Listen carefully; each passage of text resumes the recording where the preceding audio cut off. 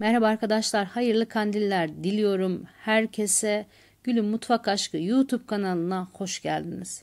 Sizlere kıyır kıyır lezzetiyle çoğunuzun çok iyi bildiği kandil simiti tarifi hazırladım. Bu kandil simiti tarifini bir de benden görün ve izleyin istedim. Gerçekten çok lezzetli, kıvamı lezzeti yerinde bir kandil simiti tarifi oldu. Dilerseniz nasıl hazırlamışım kandil simitini, neler yapmışım hazırlık aşamasında sizlere videomda anlatayım. Öncelikle 200 gram kadar margarinimi, 3 yemek kaşığı yoğurdumu, 1 çay bardağı sıvı yağımı, 1 tatlı kaşığı tuzumu, 1 yemek kaşığı toz şekerimi ve 1 tatlı kaşığı dolusu mahlebimi kabıma alıyorum. Üzerine 2 yemek kaşığı üzüm sirkemi, 2 tane yumurtamın birini beyazını kabıma alıyorum. Sarısını da üzeri için kandil simidimin 2 tepsi hazırlamıştım. Bir tepsisinin üzerine sürmek için ayırıyorum. Kandil simitimin hamur için öncelikle sıvı ve katı malzemelerini şöyle bir yoğuraraktan yapılışına başladım. Güzelce yoğurduktan sonra unumuzu ilave edeceğiz sıvı ve katı malzemelerimizin içerisine. Gerçekten lezzeti, kıvamı çok yerinde bir tarif oldu. Bu ölçülerde birebir hazırlarsanız lezzeti doyumsuz bir tarifiniz ve simidiniz olur. Bir tane kabartma tozunu ekledikten sonra üzerine unumu ilave ediyorum. Öncelikle 2 su bardağı kadar. Toplamda 5 su bardağı un ilavesi yaptım hamurum için. Gördüğünüz gibi hamurumu ölçülü bir şekilde bardak ölçüsüyle yoğurdukça unumu ekliyorum.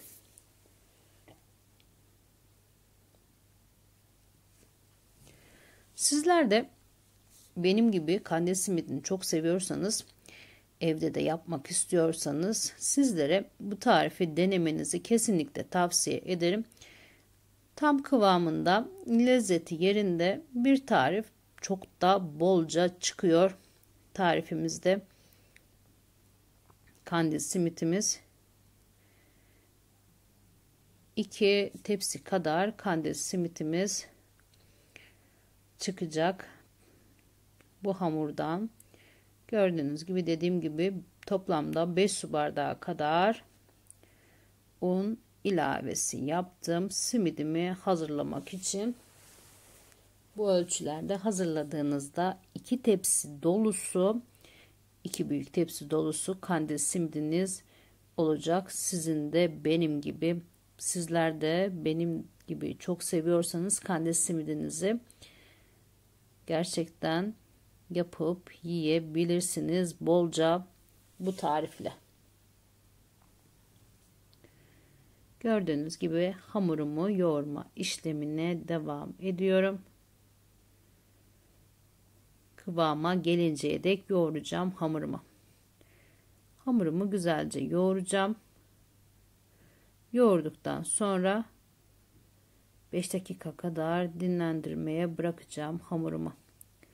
Özleşene dek hamurumu yoğurma işlemine devam ediyorum. Hamurumun kıvamı kulak memesi kıvamı, gayet kıvamı güzel bir hamur oldu. Sizler de hazırladığınızda göreceksiniz.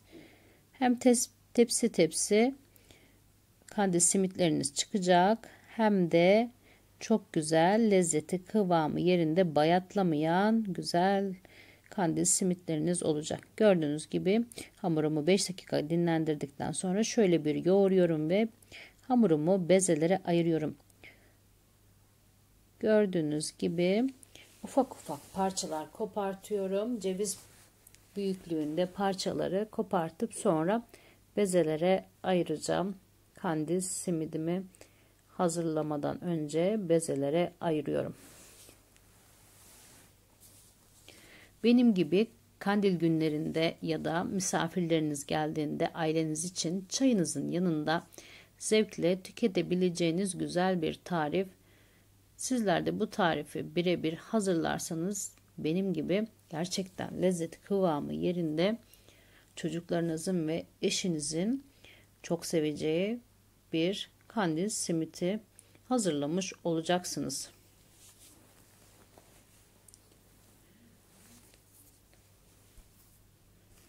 Gerçekten az sonra göreceksiniz. 2 tepsi kadar kandil simitimiz yapacağız ve hazırlık aşamalarındayız şu an için. Bezelere ayırıyoruz. Sade ve susamlı olarak 2 tepsi kadar kandil simiti hazırlayacağız. Bayağı da bolca çıkıyor bu tariften kandil simidimiz. Siz tarife daha az bir tepsi çıkartmak istiyorsanız tarifin yarısını yarı yarıya bölerekten, yarısını hazırlayaraktan daha az kandil simiti çıkartabilirsiniz. Ama bizde çok sevildiği için ben bolca hazırladım. Gördüğünüz gibi bezelere ayırdığım kandil simitlerimi şöyle uzun rulo şeklinde elimin içerisinde uzatıyorum ve gördüğünüz gibi parmak uçlarımla sonra şekil veriyorum. Gayet pratik, çok güzel bir tarif. Dışarıda aldığınız kandil simitlerinden hiçbir fark olmayan, daha da lezzetli. Ev ortamında gözünüz görerek içerisine hangi malzemeleri kattığınızı bilerek gayet zevkli yiyeceğiniz bir tarif. Dışarıdan aldığınız kandil simitlerinin hangi ortamlarda nasıl yapıldığını bilmediğiniz için dediğim gibi gayet pratik bir şekilde hemen hemen evdeki malzemelerle yapabileceğiniz lezzeti, kıvamı yerinde bir tarif hazırladım sizler için. Dediğim gibi gözünüz görerek içerisinde hangi malzemelerin olduğunu bilerek ev ortamında daha lezzetli, daha güzel, daha bol bol dışarıda alacağınız fiyata fazla kandil simiti hazırlayabilirsiniz evde. Kandil simitlerinizi hazırladınız. Nasıl saklayabilirsiniz? Cam kavanozlara koyaraktan buzdolabında muhafaza edebilirsiniz. Aylarca dursa kesinlikle cam kavanozda kandil simitlerinize hiçbir şey olmaz. Derin dondurucuya da bırakabilirsiniz. O şekilde de aylarca saklayabilirsiniz. Ben genellikle cam kavanozlara yerleştiriyorum. Büyük kavanozlarım var.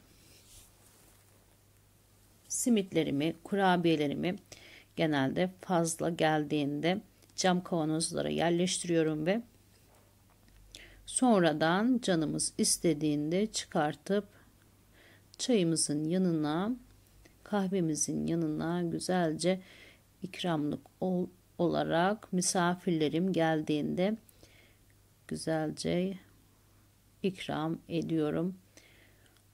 Cam kavanozda muhafaza ederek. Gördüğünüz gibi gayet pratik bir şekilde ceviz büyüklüğünde parçaları alıyorum.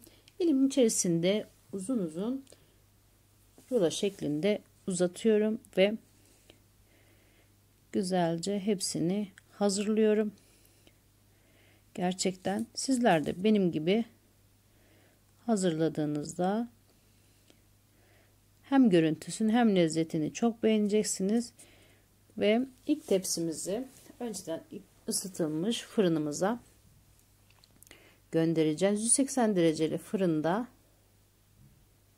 önceden ısıtılmış 180 dereceli fırına bırakacağız kandil simitlerimizi. Kandil simitlerimizi güzelce üzerine yumurta sarımızla ve pekmez karışımlı yumurta sarısıyla güzelce üzerine sürüyoruz ve az sonra fırınımıza göndereceğiz kandil simidimizi. Gördüğünüz gibi içerisine üzerine sürmek için içerisine bir tane yumurta sarımız var ve bir yemek kaşığı da pekmez ilave ettim. İster üzüm pekmezi olsun, ister tut pekmezi olsun, içerisine ilave edebilirsiniz. Ben tut pekmezi kullandım ve yumurtayla ikisini karıştırarak kandil simitlerimizin üzerine sürdüm ve Sürdükten sonra şöyle çörek otu serpiştiriyorum ve 180 dereceli önceden ısıtılmış fırınıma göndereceğim. Gördüğünüz gibi fırınıma verdim simitlerimi ve gayet güzel simitlerim oldu. İlk tepsimi çıkarttım. Sıra geldi ikinci tepsimi hazırlamaya. Gördüğünüz gibi ikinci tepsimi de hazırlıyorum. Öncelikle pekmezimi kabıma aldım. 4 yemek kaşığı kadar da suyumu ilave ediyorum içerisine ve şöyle bir karıştırdıktan sonra simitlerimi içerisine bulayıp susama bulayacağım. Ne kadar susam kullanıyorum? 1,5 su bardağı kadar susam kullandım. Simitlerimi bulamak için. Gördüğünüz gibi pekmeze buladığım simitlerimi kavrulmuş susama buluyorum. Ben pekmez olarak az önce de söyledim. Üzeri içinde sürmüştüm. Kandil simitlerimin tut pekmezim vardı evde. Tut pekmezi kullandım. Siz dilerseniz tut pekmezi, dilerseniz üzüm pekmezi kullanabilirsiniz. Hiç fark etmez. Ve gördüğünüz gibi kandil simitlerimi güzelce susama buladıktan sonra tepsime alıyorum. Gerçekten inanın yaptığınızda siz de bana hak vereceksiniz. Kıyır kıyırlığıyla yedikçe yediren bir tarif oldu. Gördüğünüz gibi son kandil simitlerimi de öncelikle pekmeze sonra susama bulayaraktan tepsime alacağım ve fırınıma vereceğim. Pratik yapımıyla evde az önce de söylemiştim. Gözünüzün görerek ev ortamında bol bol hazırlayıp kavanozlara bırakarak ya da derin dondurucuya bırakarak da sonradan da yiyebileceğiniz, misafirlerinize ikram edebileceğiniz bir tarif. Dışarıdan aldığınız kandil simitlerinin nasıl, hangi ortamlarda yapıldığını bilmediğimiz için bazen insan içi çekerek yiyemeyebiliyor. O yüzden en güzel elinizde hazırladığınız, el lezzetinizde hazırladığınız simitlerdir. Bol bol da hazırlayın. Atın dondurucunuza, koyun kenarınıza, kavanozunuza. Gayet güzel çıkartın. Zevkle tüketin. Gördüğünüz gibi 2 tepsi kadar kandil simitim hazır. Sıra geldi kandil simitlerimi tepsimden almaya. Başka ufak bir tepsiye ikisini de alıyorum ve az sonra tadacağım. İnanın evin içerisini öyle bir mis bir koku sardı ki sizler de hazırladığınızda bana hak vereceksiniz. Her taraf böyle güzelce çörek otu, kandil simitin o lezzeti, susamın o kokusu evin her tarafını sardı. Dediğim gibi sizler de hazırladığınızda bana hak vereceksiniz. Hele lezzetini inanın sizlere anlatamam bile. O kadar lezzetli bir tarif. Gördüğünüz gibi kandil simitlerimi daha ufak bir tepsiye aldım. İkisini de aynı tepsiye aldım. Ben bu aşamada kandil simitlerini hazırlarken çayım kaynıyor. Bu kandil gecesinde güzel çayımızın yanına lezzetli, tam kıvamında çok güzel bir tarif oldu. Şimdiden hazırlayacaklara afiyet olsun. Kanalıma abone olmayı ve beğeni yapmayı unutmayın lütfen. O güzel yorumlarınızı videomun altına kesinlikle bekliyorum.